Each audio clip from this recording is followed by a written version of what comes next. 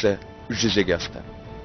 1986 жылы туылған Рақымжан Мақатов террорлар тізбегін бастады. Одан кейінгі оқиғалар баршаға белгілі. 14 лаңкестік әрекет, 70 құрбан. Бұл кезде біздің Ли тобы да жихадқа белсенді дайындық жүргізіп жатқан. 656 жыл, Маусым, Медина қаласы. Исламдағы тұңғыш ағым Қарижеттер 3-ші халифа Османды өлтірді.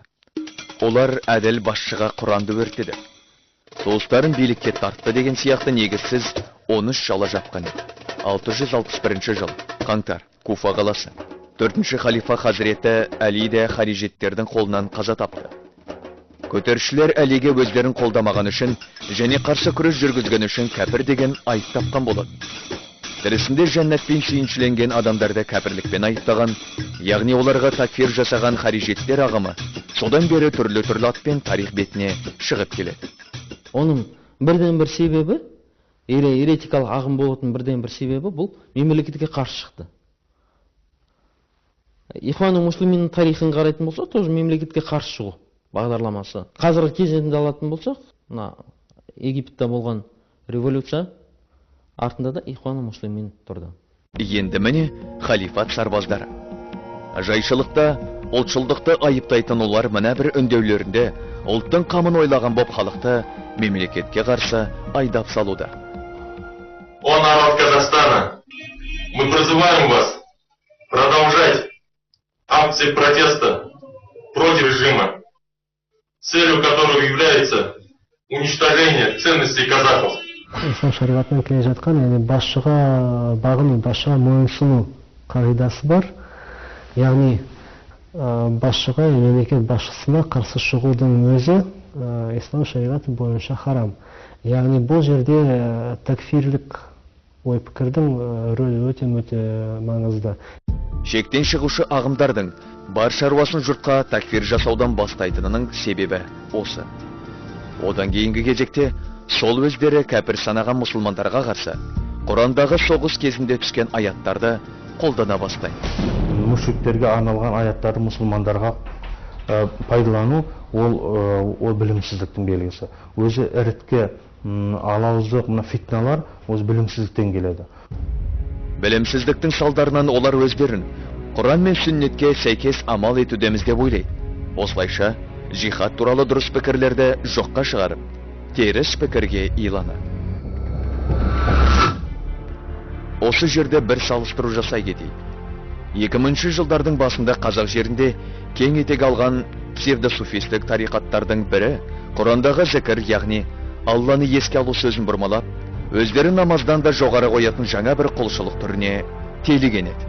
Болды ондай жағдайлар, мысалы, зікір етіп теңсеріп отырып, намаз уақытында жіберіп қойды. Намаз парыз.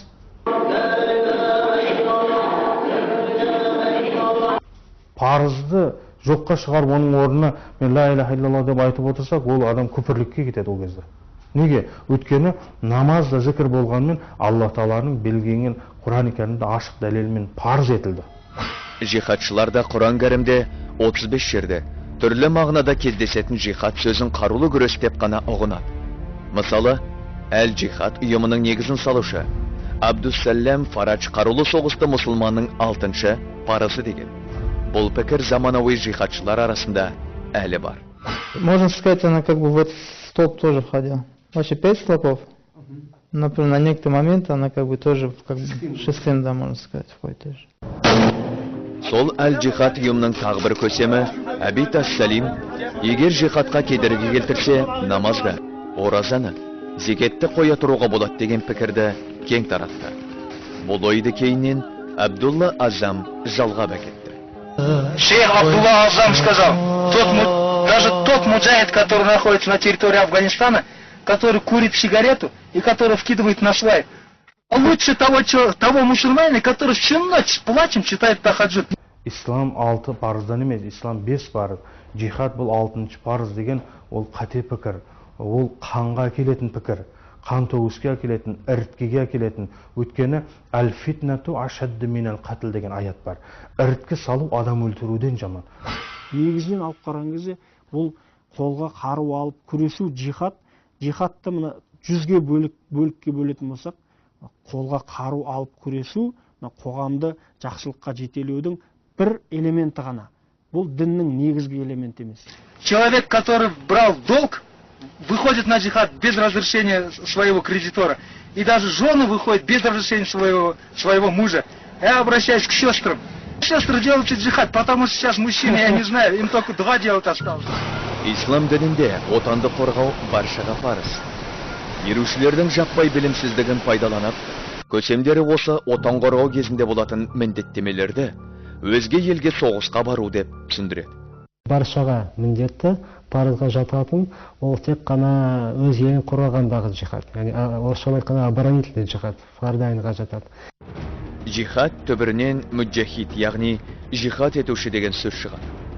Алла жолында амал ету және Алла жолында амал етуші. Екеуінің де мағынасы көркем сөздер. Бірақ псевдо-джихадшылардың кесірінен қазір олар террор және терроршы деген мағынада қолданылатын болды. Мына сөздерге қайта назар салыңызшы.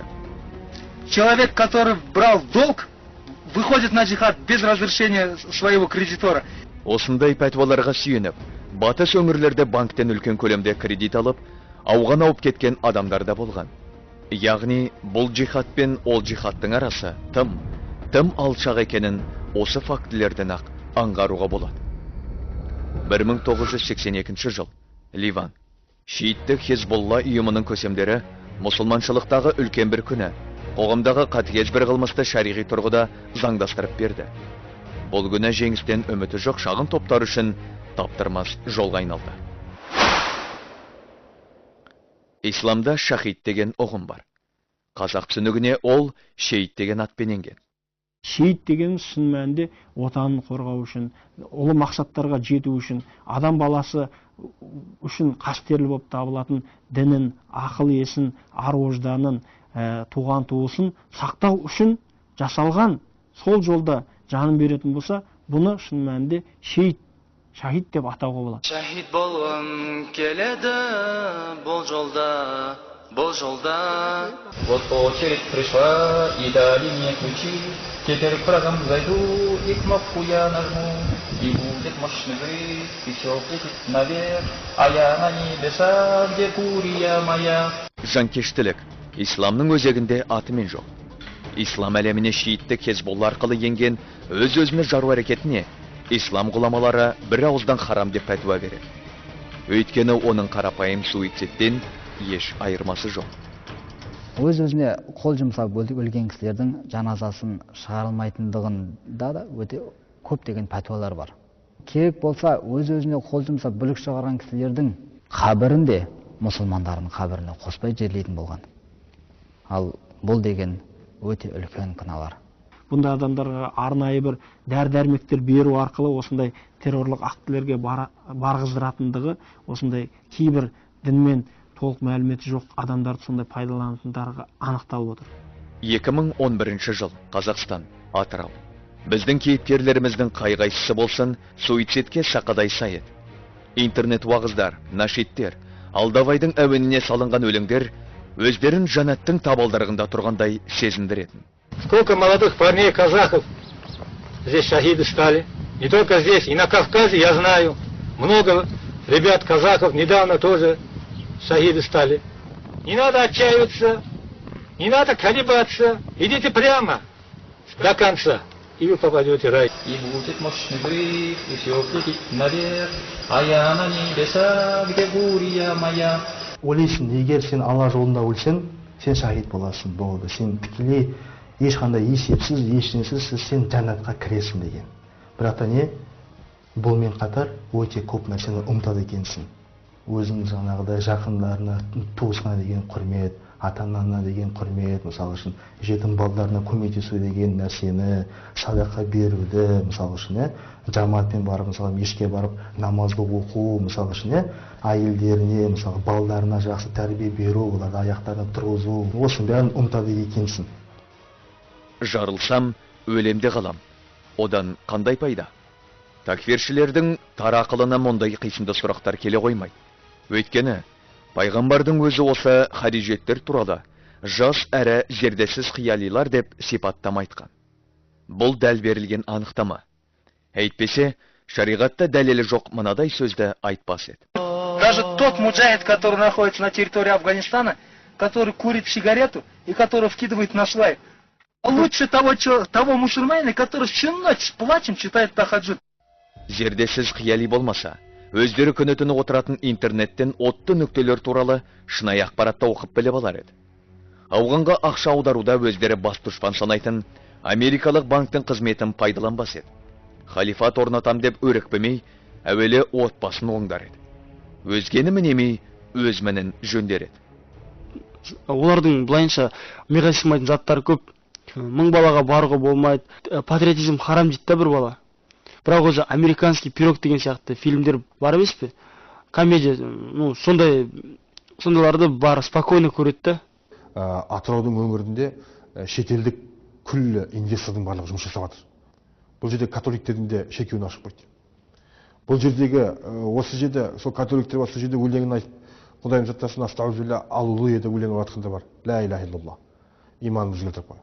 Бұндай нәрселерге, сондай болған нәрселерге сол жаңағы жастарымыз, сол жаңағыдай бір бағытта кетіп батқан жастарымызға осыны бір дінге тартайықшы дейтін ондай өздеріне сана болған жоқ. Бір қазақтың қызын, бір шетелдік иностранец, шетелдік адам қойында ұстап баратын болса, не болмаса басқа жерден көретін болсақ, оған деген намыс жігер болған жоқ. Неге? Тек қана олардың жұмыстары имаммен ғана дәлел іздеу, ұстаздармен бір ғана сатасқа түсу, мұсылмандармен күресу. Ал жихадқа кетіп, қолға түскен мына жігіт аяушылық пен күлкіні қатар шақырады. Мы сюда с братьями приехали. Когда сам приехали. Я не знаю, просто мы видели через сайт интернет, сказали, что если мусульмане, если верите Богу, в Аллах, то должны прийти сюда, короче, воевать, чтобы якобы. Война же между верным и неверным войной, это есть жихад.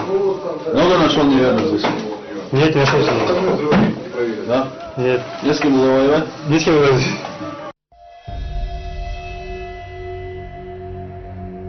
Қателесу енді біріншіден ол деген не ғой, из внутренних своих побуждений, там сейчас буквальное понимание ғой. Вообще енді одна из основных причин. Потом узкий кругозор там. 2011 жыл, тамыз қыркүйек, Атырау. Қатерлі жихадшылар жоспарларын толық жүзеге асыра алмады. Қауіпсіздік қызметінің арнайы операциясы кезінде террорлық актілерді дайындауға қатысы бар деген күдіктегі 47 адам қолға түсті. 29 тамыз күні сағат 12:30 шамасында арнайы жасақ Ли тобының әмірі Сергей Лиді тұтқындау үшін оның үйін қоршады. Телефон арқылы жүргізілген 1 сағаттық келіссөздер нәтиже бермеді. Қолына шолақ мылтық пен граната ұстаған Сергей арнайы жасаққа оқ жаудырып, атыс кезінде қаза тапты. 2012 жыл, 18 сәуір, Атырау. 7 айға созылған тергеу амалдары мен сот ісі аяқталды. Лаңкестік әрекеттерге дайындалғаны және терроризмді қаржыландырғандар үшін 47 адам сотталды. Оларға қылмыстық кодекстің терроризм бабы бойынша 5 жылдан 12 жылға дейінгі бас бостандығынан айыру жазасы кесілді. Сот процестеріне қатысып, олармен жаңағыдай тікелей сөйлесіп күндеріміз болды. Олар өздерінің қателіктерін барлығын түсінді. Вопрос джихада я вот ошибся, вижу. Вопрос такфира ошибался я. Умереть легко. Ввиду всех этих есть проблем, там, это умереть легко. Просто нужно о религии подумать, в первую очередь. Если он хочет распространить ислам, то пусть с малого начинает. Под угрозу другие жизни, там, и другие судьбы пусть не ставит тоже, а других. Это тоже первый вопрос, да, в исламе. Чтобы о народе подумал. 120 бала, осы 47 балалардың артынан қалып отыр. Сол 120 баланы қалай енді қорғау керек оларды. Тәрбиелеу керек. Кейбіреулерінің мысалы жалғыз аналары тәрбиелеп отыр. 5-6 балалары бар, жігіттер бар. Соларға енді қабырғамыз қайысады. Цель у меня есть сейчас, домой вернуться. Детей надо на ноги ставить, образование давать. Чтобы такие ошибки, как я, не совершили. Қателік қайдан кетті? Қалай кетті? Толық болмаса да, Тантомдап сезінет бәрі. Біреу албыртықпен, біреу астамдықпен. Бірақ бәріне ортақ. Өздері өзгелерді тап басатын бір себеп — білімсіздік. Бұның барлығы неден? Бұның барлығы білімсіздіктен. Және сол топтардағы адамдардың көп жағдайдағы діни сауатсыздығын да айта кету керек. Проблема, я думаю, просто знание. Ілім жоқ жерде бұлардың ұстаздары кім болады? Шайтан болады. Ол іріткеге апарушылар білімсіздер. 20 ғасырдың соңы, 21 ғасырдың басы. Алла ұлық. Алладан басқа тәңір жоқ деген қасиетті сөздер білмейтін жұрт үшін үрей шақырушы ұғымға айналды. Діни радикализм сырт күштердің өзіне артылған үмітін толығымен ақтап шықты. Талай мемлекеттің іргесі шайқалды. Талай жазықсыз қан төгілді. Әлемдегі ең бейбіт діннің атына жамандық жамалды. Осы 2000 жылға шейін ата-аналарымыз мысалы мешітке бір бала барып түссе қуанатын еді. О, балам енді арақ ішпейтін болады, темекі тартпайтын болады, жамандық істемейтін болады, таза мұсылман болады, яғни жамандықтан алыс болады деп қуанатын еді. Ал қазіргі таңда бір ата-ана мешітке баласы бар дегенде шоши бастайды. Неге? Жаңа айтқанда исламофобия миыларына кіргізіп тастаған. Негізінен алып қараған кезде көп жағдайда бұның дінмен қатысы жоқ екендігін көруге болады. Дінмен қатысы жоқ, таза саяси астары бар екендігін көруге болады. Ислам атауы сәлем сөзінен тарайды. Амандық, тыныштық, бойсыну деген мағына береді. Мұсылмандар өзара амандасқанда «Ассаламу алейкум», сізге Алланың сәлемі, тыныштығы, рахметі болсын деп тілек тілей амандасады. Мұсылмандардың қасиетті кітабы Құран кәрімде бейбітшілік сөзі 50 рет кездеседі. Ал 50 жерде бұзақылық сөз айтылып, адамдарды бүліктен тыяды. Құранның Мәиде сүресінде кім кісі өлтірмеген немесе жер жүзінде бұзақылық жасамаған біреуді өлтірсе, сонда шынайы түрде барлық адамды өлтіргенмен тең деген жолдар бар. Адам өлтіру осынша ауыр, яғни барша адамзатты қырып тастағанмен тең күнә болса, Бақара сүресінде бүлік шығару адам өлтіргеннен де бетер делінеді. Қысқасы, ислам тыныштық діні. Тыныштық діні тыныштықта ғана тарайды. Ал бұл сәтті Ихуан Муслимунның Египеттегі негізгі мұрагерлері мемлекеттік төңкерісті сәтті жүзеге асырып, күш қолдану арқылы билікке келіп үлгерген. Бірақ бүгінде Мысыр халқының бүліктің зардабын тартып жатқанына күллі әлем куә. Өйткені харижеттік сенімнің тамыры революция. Беретін жемісі де революция. Псевдо жихадшылар өздерінің ақиқат емес, саясат сойылын соғып жүргендерін ұғынбай, бұл мәселенің түбіне жету мүмкін емес.